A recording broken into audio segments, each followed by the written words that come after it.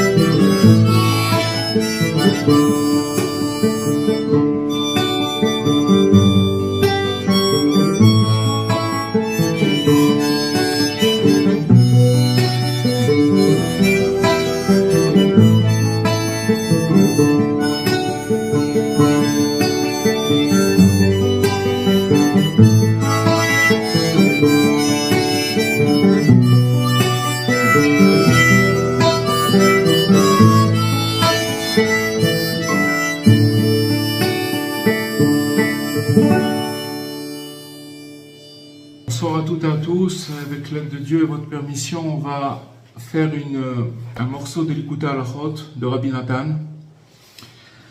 Alors, il nous dit que de même que l'homme, il doit résister à l'épreuve. Quand il se retrouve dans une épreuve,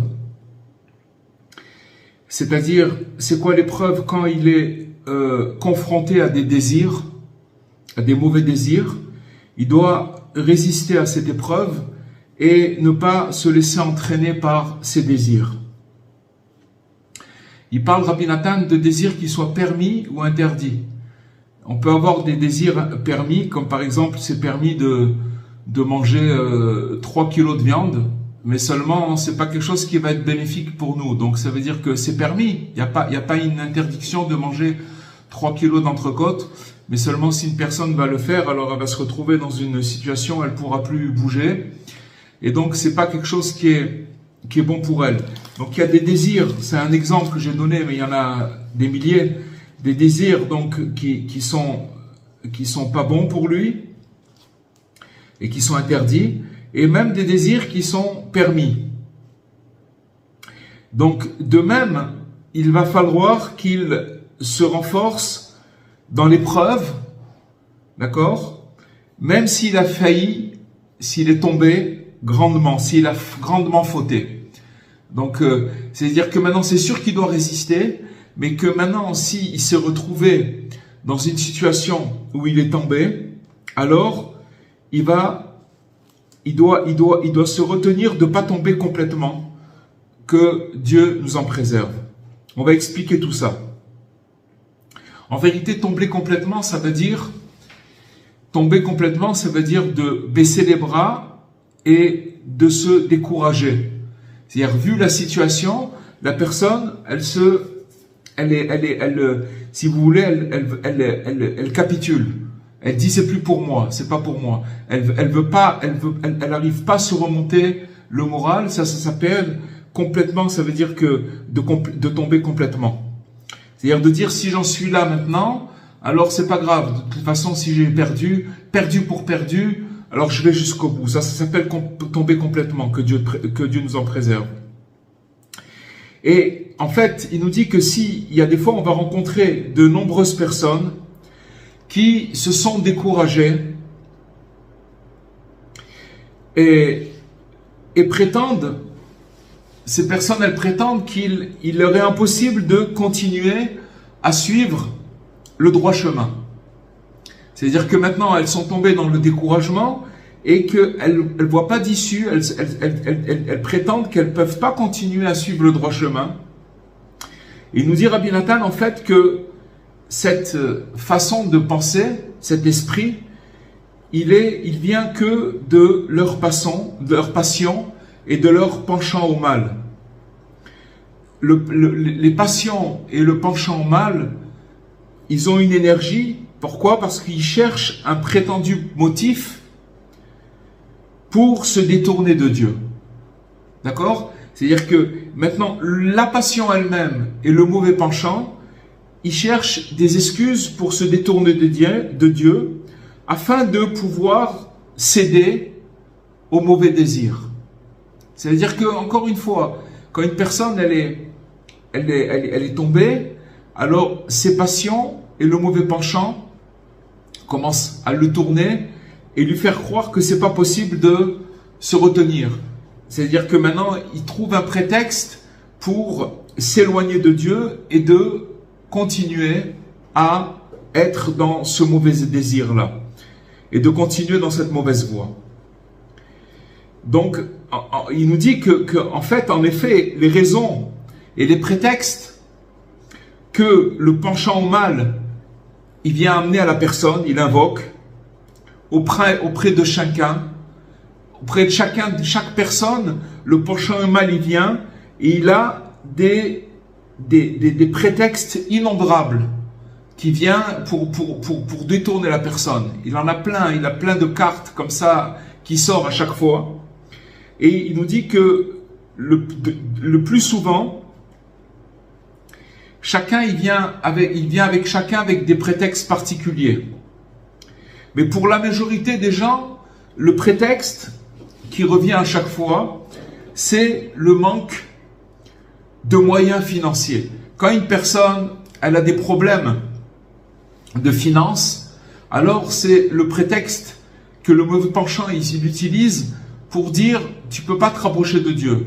Tu es obligé de gagner ton pain et de toutes les façons et tout ça c'est superflu, toutes ces choses-là. Donc si vous voulez, il l'emmène dans un endroit où la personne elle prend ça comme prétexte. Ou aussi des fois il y a un autre prétexte, c'est les entraves des gens qui souhaitent le dissuader de servir Dieu. Ou par des moqueries. Des fois, on est entouré de gens et que des fois, ces gens-là, à cause d'eux, alors on est dissuadé de servir Dieu. on est bloqué à cause de ces personnes-là. Mais il nous dit que malgré tout, l'âme de chaque enfant d'Israël, elle reste très amère. Pourquoi? Parce qu'elle sait qu'elle devra rendre des comptes. Ça s'appelle la conscience. La conscience, Dieu il a mis une conscience sur terre, chez tous les êtres humains, chez tout le monde. Il y a des choses qui sont bien et des choses qui ne sont pas bien. C'est dans la conscience, c'est ancré dans la conscience universelle. Maintenant, le peuple d'Israël, il a reçu une conscience active très très forte. C'est pour ça qu'il est normalement, il doit donner l'exemple et la voie, d'accord? Mais si vous voulez, son âme elle est amère parce qu'il sait que il va falloir rendre des comptes. C'est pourquoi le bien qui est en elle, ça veut dire le bien qu'il y a dans chaque âme, alors elle gagne en force à chaque fois. C'est-à-dire qu'à chaque fois qu'une personne elle trébuche, alors elle va avoir le bien qui est en elle, c'est ce bien de savoir il va falloir donner des comptes. Elle s'éveille à revenir vers Dieu. C'est quelque chose d'automatique. C'est quelque chose qui est inné chez la personne, qui vient de l'âme, et que quand une personne, elle se retrouve dans une situation difficile, alors elle, si vous voulez, son âme, elle se régénère, elle prend de la force parce pourquoi? Parce que si vous voulez, l'âme, elle a un instinct de vie. Elle veut le bien. Donc ça veut dire qu'elle va influer chez la personne un éveil à revenir vers Dieu. Et donc, c'est pour ça que rien, en fait, ne lui procure une réelle excuse ou dispense. Parce qu'il a tout le temps cette conscience-là qui le dérange. D'ailleurs, si vous voulez, on l'avait déjà dit, mais si vous voulez, tout ce qui concerne la philosophie et tout ça, c'est justement pour se débarrasser de cette conscience. C'est-à-dire que cette conscience-là, elle nous dérange plus pour pouvoir rentrer dans toutes les passions. C'est ça, toutes les théories qui ont été amenées dans le monde, qui sont dans la philosophie et toutes ces choses-là, elles viennent pour enlever cette conscience-là, pour ne pas être dérangé par des choses que la conscience, elle condamne. Il y a des choses, tout le monde le sait, tout le monde le sait qu'il y a des choses sur terre que l'homme, il sait que c'est pas bien.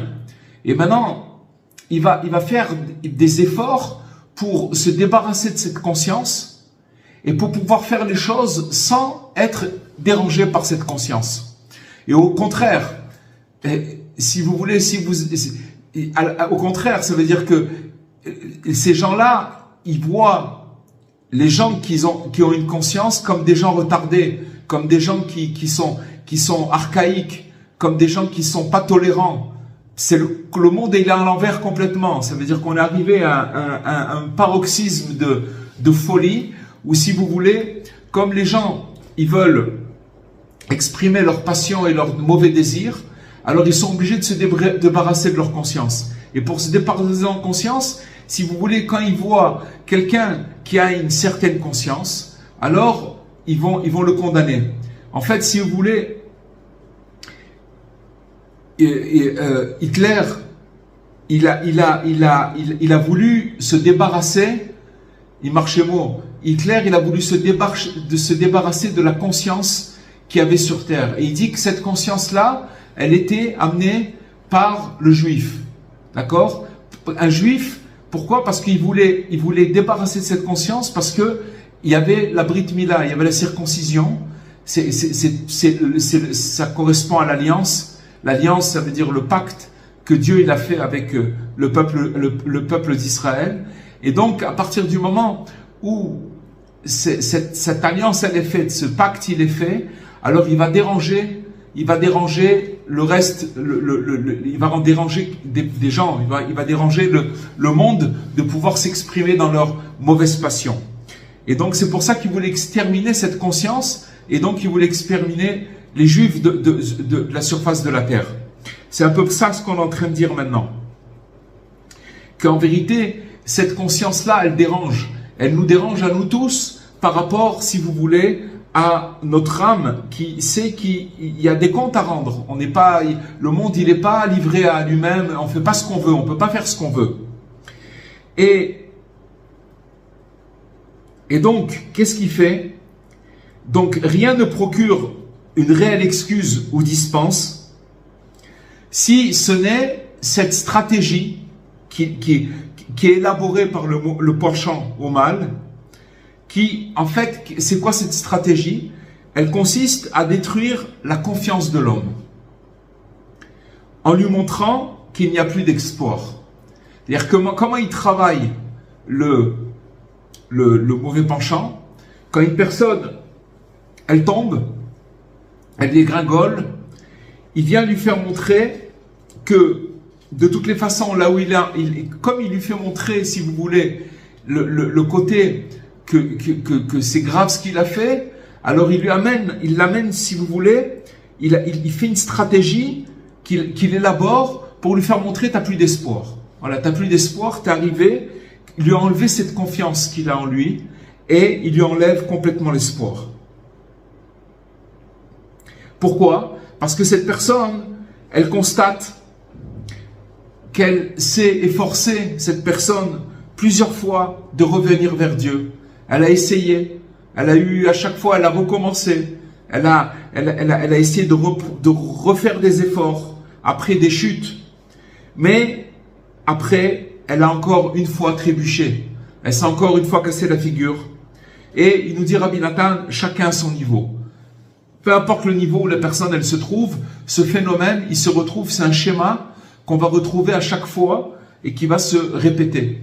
C'est-à-dire que la personne où elle se trouve, elle va être attaquée dans sa confiance en elle-même et elle va être, et le mauvais penchant, il va élaborer une stratégie pour lui enlever cette confiance-là et lui faire croire qu'il n'y a plus d'espoir. Et pourquoi? Comment il fait? Parce qu'il lui fait montrer, à chaque fois, tu retombes.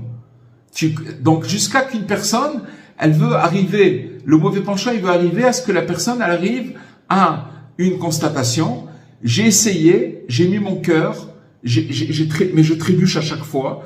Donc, il n'y a plus d'espoir. C'est tout, c'est pas possible, c'est pas pour moi. Parce que la personne, elle cherche le résultat. Et ça, c'est chacun à son niveau.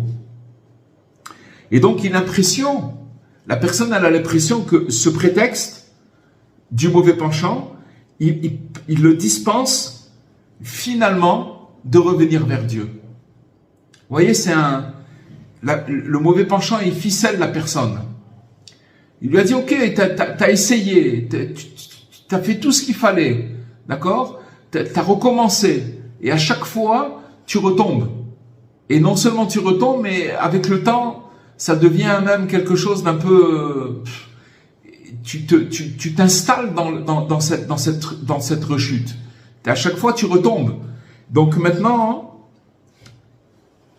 il lui amène une dispense, un prétexte, une dispense. Tu peux pas revenir vers Dieu. Mais en fait, toutes ces réflexions et ces pensées de chute ne sont que l'œuvre de l'artisan du mal, qui lui fournit un prétexte pour se détourner de Dieu. Encore une fois, se détourner de Dieu, c'est d'arriver à une réflexion que la personne elle a essayé une fois, 2 fois, 10 fois, 100 fois, 1000 fois, 2000 fois, 5000 fois, elle a essayé, mais elle arrivait à la constatation qu'elle n'y arrive pas.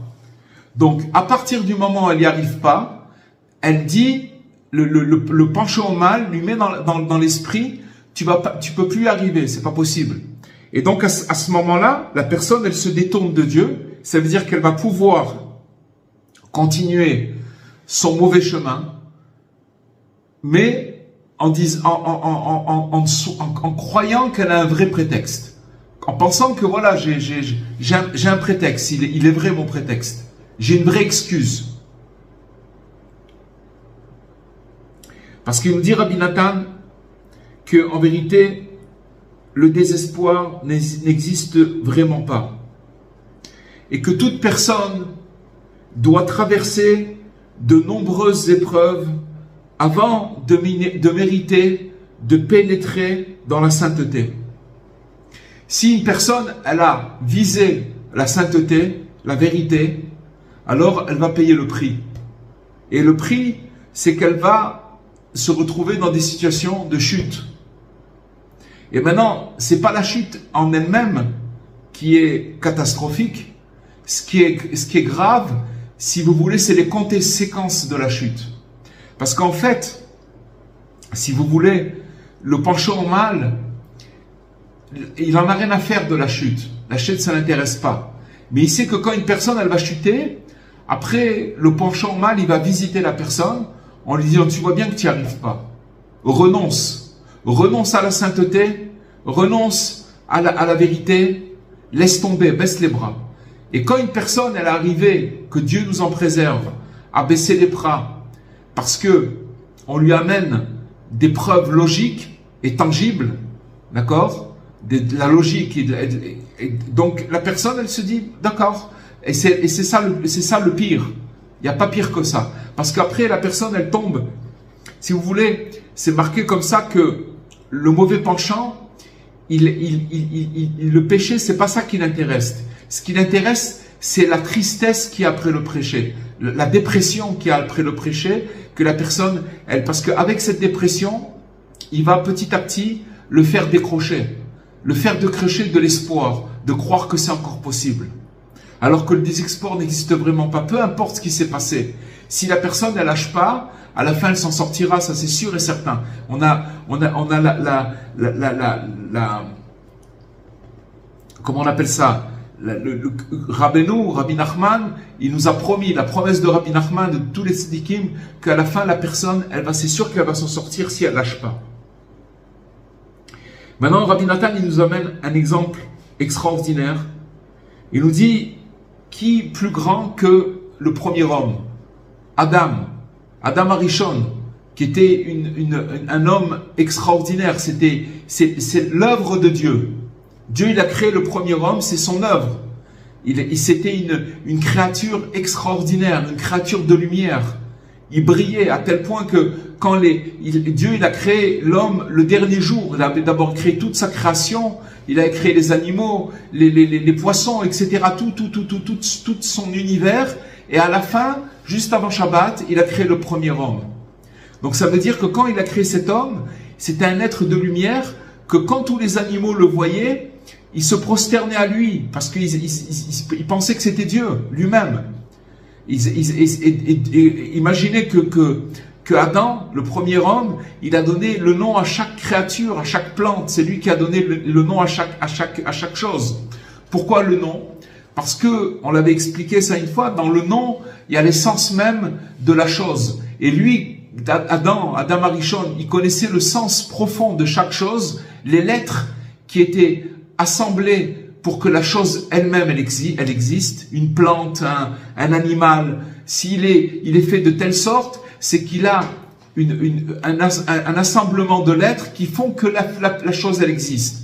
Donc il connaissait tous ces secrets-là et il donnait le nom à chaque chose, à chaque plante, à chaque arbre, à chaque végétaux, à chaque animal. Et donc c'était une créature extraordinaire, très très grande. Et quand après qu'il a eu cette grande chute, la première grande chute qu'il a eue, le premier homme, c'est d'avoir mangé de l'arbre de la connaissance du bien et du mal. À partir de ce moment-là, la mort, elle a commencé à s'installer. C'est-à-dire, à partir de ce moment-là, la nuit, elle est tombée. Il y a eu comment on appelle ça, la création de Dieu qui a commencé à se détraquer. Et à ce moment-là, Dieu, il a demandé à l'homme de sortir. Il l'a mis dehors du paradis. Il était dans un paradis terrestre. Et il l'a mis dehors et il a mis des anges qui ont bloqué l'accès de ce paradis. Donc il s'est retrouvé complètement jeté. À ce moment-là, qu'est-ce qui s'est passé? Il s'est séparé de sa femme. pendant une période de 130 ans. Pendant 130 ans, il était séparé complètement de sa femme. Et précisément, durant ces 130 années dont il était séparé de sa femme, il a été attaqué par des entités démoniaques, des succubes. Il a été attaqué par des diables, des diablesses qui venaient pour lui prendre son énergie vitale. Et donc, qui venaient attiser son désir. Comme nos maîtres, ils nous ont fait état de cette chose-là. D'accord? Il était dans une guerre effroyable et il a, à chaque fois, quand il tombait, alors il allait se tremper au mikvé et il se remontait. Et il se remontait. Il s'est pas laissé déchoir, il s'est pas laissé tomber complètement. Et donc, il a été très très affecté par tout ça, par toutes ces chutes-là. Et à chaque fois, le penchant au mal, il guettait le premier homme, bien sûr, et il cherchait systématiquement à le faire tomber moralement. Donc ça veut dire que maintenant on revient toujours, si vous voulez, à le faire tomber moralement parce qu'il lui faisait montrer dans l'état où il était, il n'avait plus de femme. Il a été chassé du paradis, alors que juste avant, il était dans un paradis où Dieu il avait mis des arbres qui avaient des vertus, la vertu de la crainte, la vertu de l'amour. Il avait rien que seulement de manger ces arbres-là, et il était pris d'une crainte qui était saine, d'un amour extraordinaire. Il vivait dans le paradis. Et donc il a été chassé de là-bas, et il a commencé à descendre, mais le mauvais penchant, comme on dit tout à l'heure, il voulait lui faire croire que c'était fini. Je sais pas si on peut pas s'imaginer ce que ça veut dire. Mais bon, on va essayer peut-être d'expliquer un petit peu que le premier homme, que c'est la première créature que Dieu il a créée, le premier homme. D'accord? Que de cet homme-là dépendait toute la suite de l'histoire. Et que cet homme-là, il a raté. Il s'est fait jeter du Gan Eden. Il peut pas retourner là-bas. Maintenant, il est dans la jungle. Il a essayé. Il est dans la terre. Il va falloir qu'il commence à travailler à la sueur de son front pour manger, etc. Donc, imaginez-vous, qu'est-ce qu'il pouvait penser? Il pouvait penser qu'une seule chose. C'est fini. J'ai tout raté. J'ai raté complètement. Je suis tombé. J'ai raté. C'est pas. Il a eu un instinct de survie. Son instinct de survie, c'est de se renforcer toujours et de jamais ne pas délaisser les voies du repentir. Il y a des voies, il y a des chemins du repentir, et tout le truc, c'est qu'il faut jamais la délaisser. Même si on voit qu'on prend dans la tête, même si on voit que c'est difficile, il faut jamais délaisser ces voies-là. C'est ce qu'il a fait, c'est l'exemple qu'il a donné, le premier homme.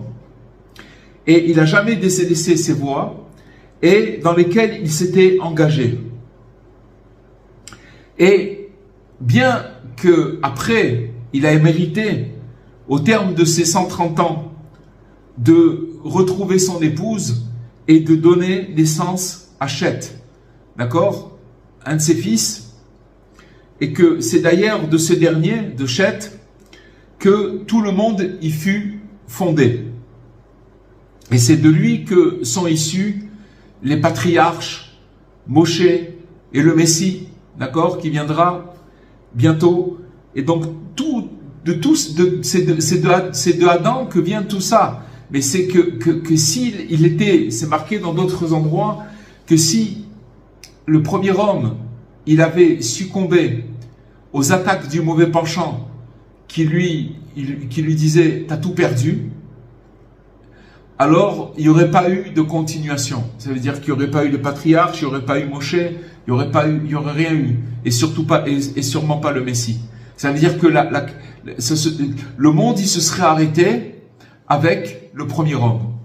Avec sa première chute, qu'il a mangé du fruit de l'arbre de la connaissance du bien et du mal.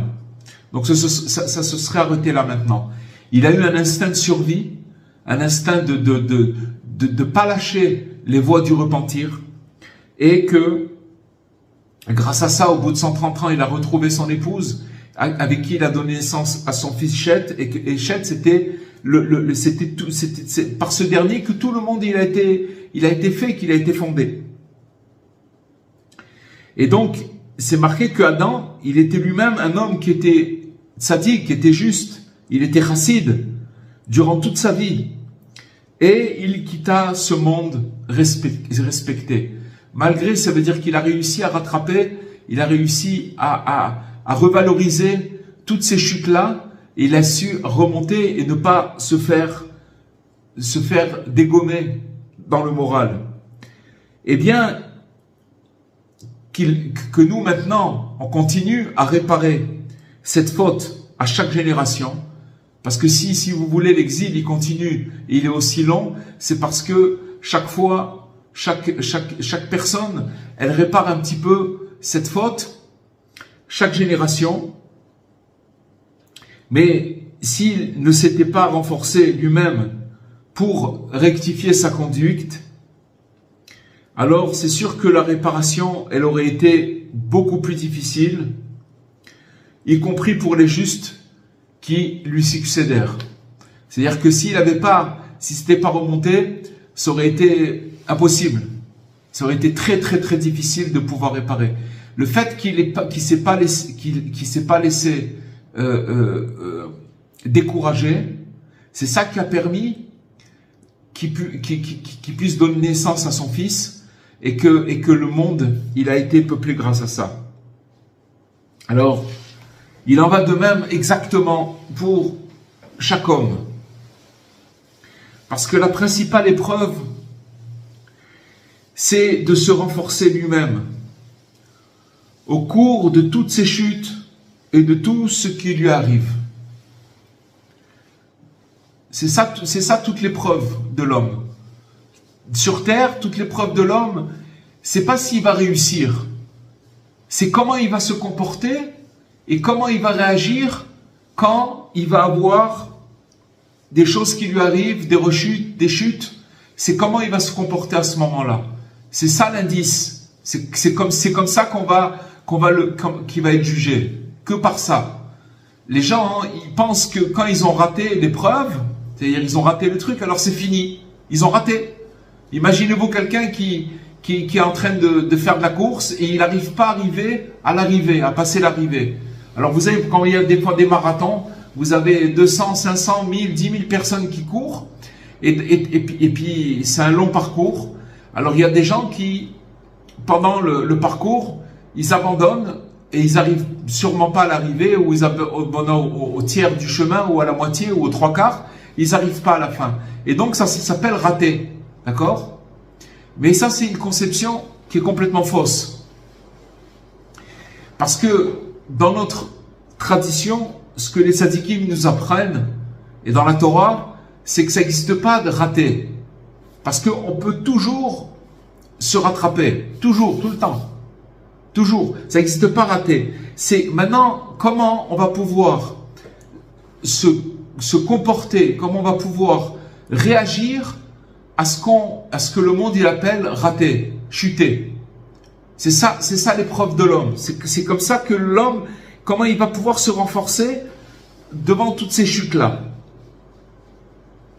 Et donc, il nous dit, l'homme, il doit s'habituer chaque jour à prendre un nouveau départ. Et il doit se considérer comme s'il était né le jour même. C'est-à-dire qu'il ne doit pas prendre en compte ce qui s'est passé hier. Il doit recommencer.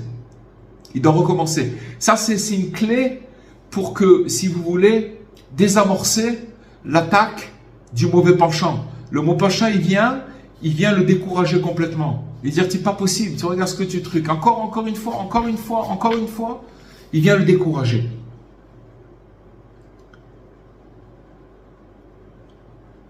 Et donc, de la manière, de la façon qui va se considérer comme si qu'il était né le jour même, alors l'homme, il va réussir à réparer par lui-même grâce à son repentir le plus sincère.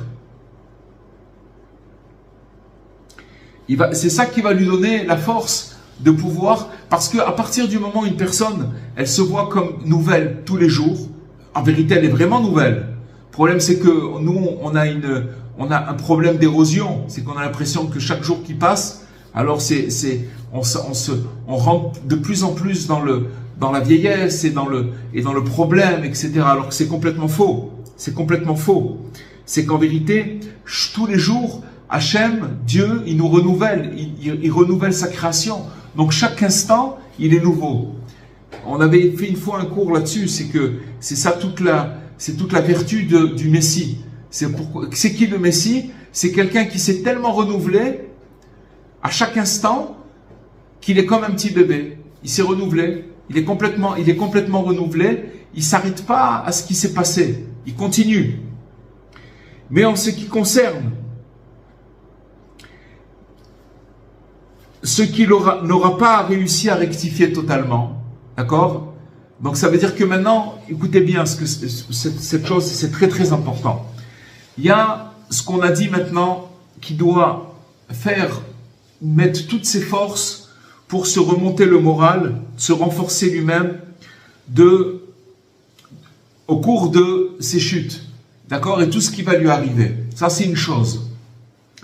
Mais, bien entendu, ça, c'est un travail, c'est le travail le plus important, c'est ça son épreuve. Comment il va réagir par rapport à ses chutes et tout ce qui lui arrive. Comment il va pouvoir se remonter. C'est ça toute l'épreuve de l'homme. Mais, bien entendu, alors, même s'il n'arrive pas, c'est sûr qu'il ne va pas pouvoir rectifier totalement. Alors, à ce moment-là, donc il a fait déjà le premier travail de se remonter.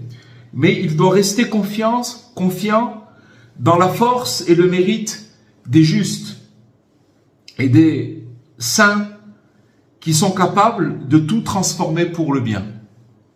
C'est-à-dire que maintenant, quand une personne, elle s'est attelée à mettre toutes ses forces pour se remonter le moral, ce qu'il n'a pas pu réparer, ça va être transformé en bien. Vous vous rendez compte ce que ça veut dire? Vous vous rendez compte ce que ça veut dire? C'est-à-dire que lui, il a fait sa part. C'est sûr qu'il va rester. On ne peut pas tout réparer. Mais ce qui reste, alors, c'est la force des justes qui ont le pouvoir de transformer tout en bien. C'est pas que maintenant, ce qui reste qui était négatif, il va le transformer en, c'est pas qu'il va l'effacer, il va le transformer en positif.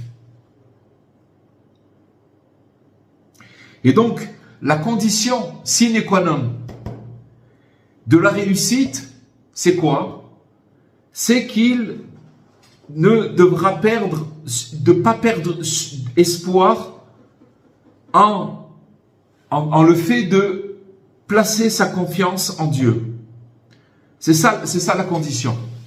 La condition de la réussite, c'est de jamais perdre espoir et de placer sa confiance en Dieu.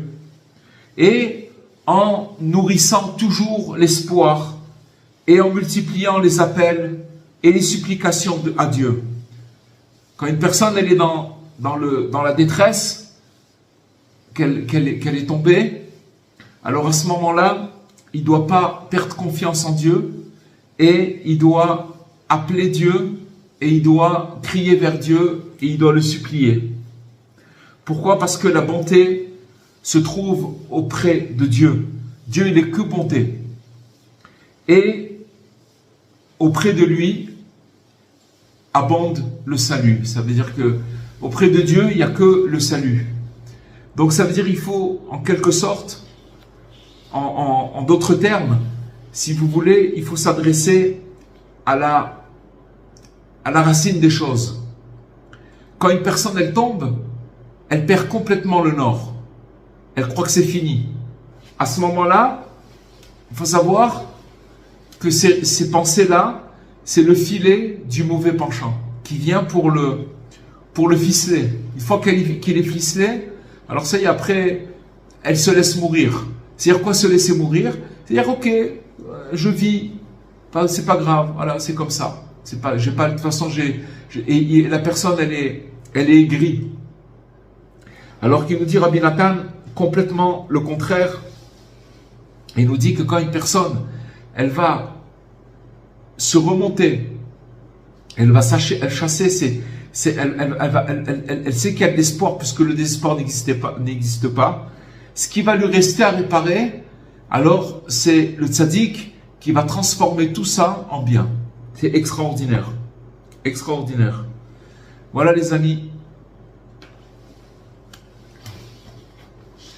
J'ai une question, Rabbi. Allez-y. Ouais. On sait que Adam s'est pris 130 ans avant de revenir avec son épouse, mais est-ce que les maîtres nous enseignent, Rava, elle, est-ce qu'elle a fait des choix, elle a patienté, son mari revient à lui, puis qu'est-ce qu'elle a fait pendant 130 ans? Est-ce qu'elle a fait des choix tout de suite, elle l'a entendu, son mari, ou elle aussi, elle a eu 130 ans de tomber, de remonter, de tomber, de remonter? En fait, quand il a fait la première faute, le premier homme, Dieu lui a posé la question et il a mis la faute sur son épouse. Mais en vérité, c'est pas la faute de son épouse. C'est jamais la faute de l'épouse. C'est la faute du mari. C'est la faute de Adam. Maintenant, à partir du moment où il a, par le fait qu'il a mangé, il a consommé le fruit de la connaissance du bien et du mal, automatiquement, sa femme, elle a disparu. C'est-à-dire qu'il l'a perdue. Elle n'était plus là.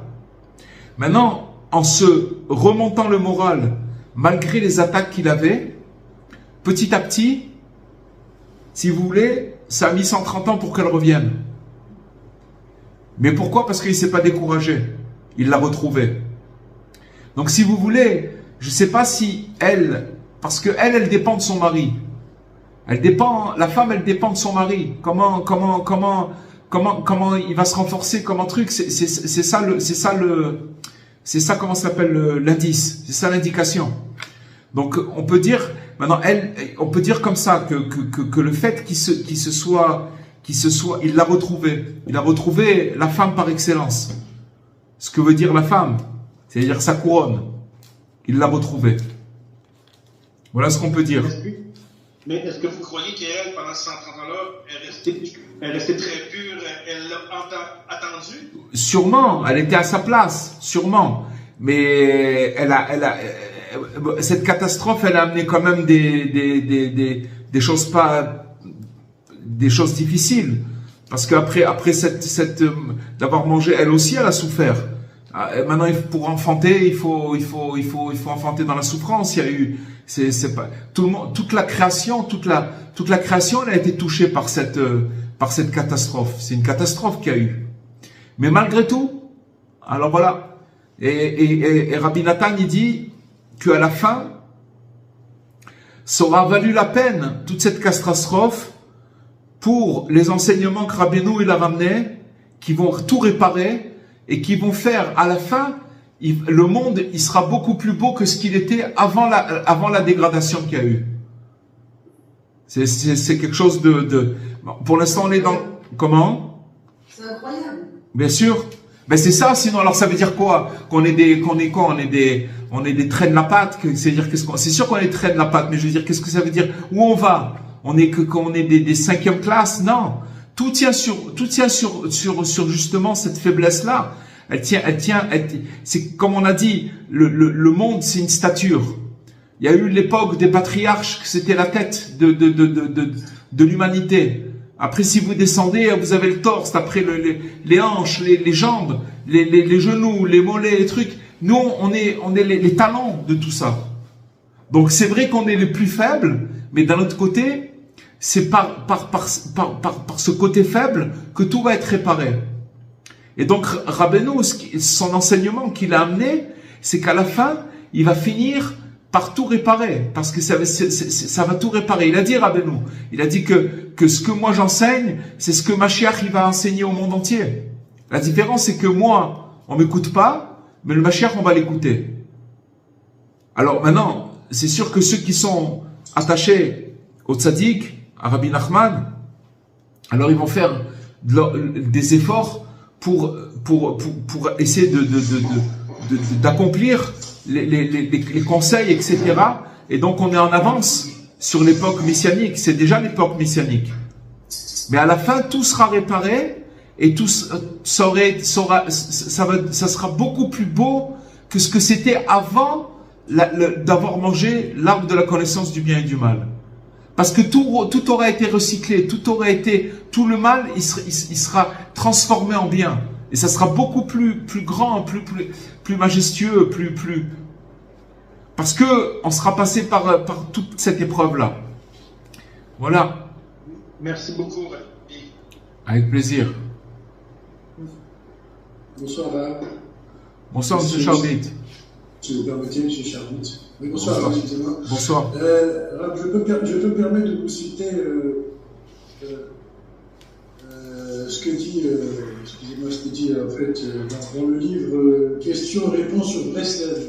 La référence est celle-ci. Ok. Qui est traduit par Rab Grimbaum, je crois, qui s'appelle Grimbaum. Ok. Donc sur les 7 piliers, le livre est ici, sur les 7 piliers de la foi à Breslev, dans le second pilier, je vous lis en 2 phrases, en 2 minutes. Le second principe fondamental consiste à être conscient du fait que Dieu se révèle à nous tout le temps, jour et nuit, depuis le début de la création. Je saute. Dans la plupart des cas, cependant, cette révélation est indirecte et peut se faire d'une façon étrange, par exemple dans le sens inverse de celui prévu. La manifestation divine peut se traduire par des pensées qui nous viennent lorsque nous nous sentons paresseux, insatisfaits, déprimés, tristes, etc. Elle peut se traduire également sous forme de pensées athées, de confusion mentale, de sentiments négatifs, de fantaisie, d'aspiration matérielle, de passion. Qu'est-ce que vous pensez de cette remarque? C'est tout simplement, c'est 100% vrai. Seulement, faut le comprendre ce que ça veut dire. Ça veut dire qu'en fait, peu importe dans quel état on est, c'est la manifestation d'Hachem. Seulement, on n'est pas encore arrivé, on l'avait déjà dit ça revient, une fois on en avait parlé avec vous, M. Charbit, ça revient à dire que pour l'instant où on en est, on n'a pas eu encore la possibilité de pouvoir rentrer et de pouvoir rentrer dans la sainteté. C'est-à-dire, ça fait partie du parcours et du processus dans lequel on est. Mais là-bas, même dans les endroits les pires, Dieu il se manifeste par des pensées confuses, par des choses même bien plus graves que ça. C'est toujours la manifestation de Dieu. Seulement nous, on n'est pas encore là-bas. C'est pour ça qu'il faut jamais lâcher.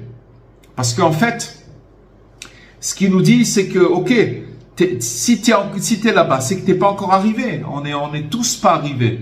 Alors, il faut surtout pas se décourager. Faut surtout pas se décourager.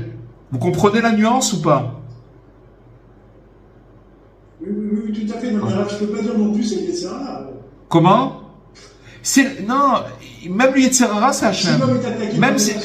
Écoutez, on rentre dans des choses qui sont un peu profondes, mais même le Yetzer Hara, c'est Dieu. C'est un ange de Dieu, le Yetzer Hara.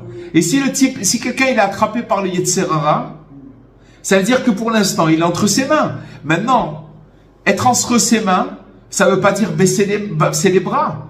Parce que qu'est-ce qu'il fait le Yetzer Hara? Il vient, le mauvais penchant, il vient décourager la personne, le démoraliser. C'est tout ce qu'il veut faire. Le reste, il s'en fout. Il s'en fout de la mauvaise action. C'est pas ça qu'il cherche. C'est pas ça qu'il cherche. Il cherche à démoraliser la personne et lui faire montrer, regarde. Logiquement, regarde. Tu as vu comment tu t'es comporté? Ok, très bien. Alors maintenant, tu as compris. C'est pas pour toi. Tu as compris, non? Parce que c'est pas la première fois. Il vient avec des arguments logiques. Ça s'appelle la démoralisation. C'est tout ce qu'on a. Et toute l'épreuve de l'homme sur terre, c'est que, au vu de cette logique, il va se remonter et dire non, la miséricorde de Dieu, elle est grande, et je n'abandonne pas les voies du repentir. Parce que c'est quoi abandonner les voies du repentir? C'est dire, ça y est, arrête avec ce cinéma, là, ça suffit. J'en ai marre. C'est ça, à quoi ça sert? À quoi ça rime? C'est ça, abandonner les voies du repentir. Parce que quand une personne, elle se bat, tant qu'elle est là, elle se bat, c'est bon, elle est dans il y a de l'espoir. Des claques, on en prend. Ça s'arrête pas, les claques. Les claques, elles s'arrêtent pas. Alors maintenant, si quelqu'un, il en a marre de prendre des claques, et qui dit, bon, ça y est, j'en ai marre. Et qui baisse les bras, alors ça s'appelle avoir quitté les voies du repentir. Et tout ce que vous avez dit, c'est vrai. Il y a pas une. C'est le Rav Yitzhak Breiter. Seulement, c'est des choses à prendre avec beaucoup de. Il faut l'expliquer. Il faut rentrer dedans. C'est pas juste comme ça des mots. Il faut parce que ça peut rendre confuse la personne. Elle peut dire qu'est-ce que c'est ça. C'est un peu déroutant. Parce qu'il faut savoir le comprendre et le prendre. Il faut l'amener à une façon simple. C'est tout simplement qu'il n'est pas encore arrivé. On n'est pas arrivé encore. On n'est pas encore arrivé. On est encore dans les palais d'interversion. Les choses qui ont été interchangées. Le fils du roi qui a été échangé et qui s'est retrouvé chez la servante, chez la fille qui a grandi chez la servante. C'est un roi. Il est sorti du ventre d'une reine. Et il s'est trouvé grandir chez la servante. C'est ça tout le problème. Alors pour l'instant, on est encore chez la servante, ok.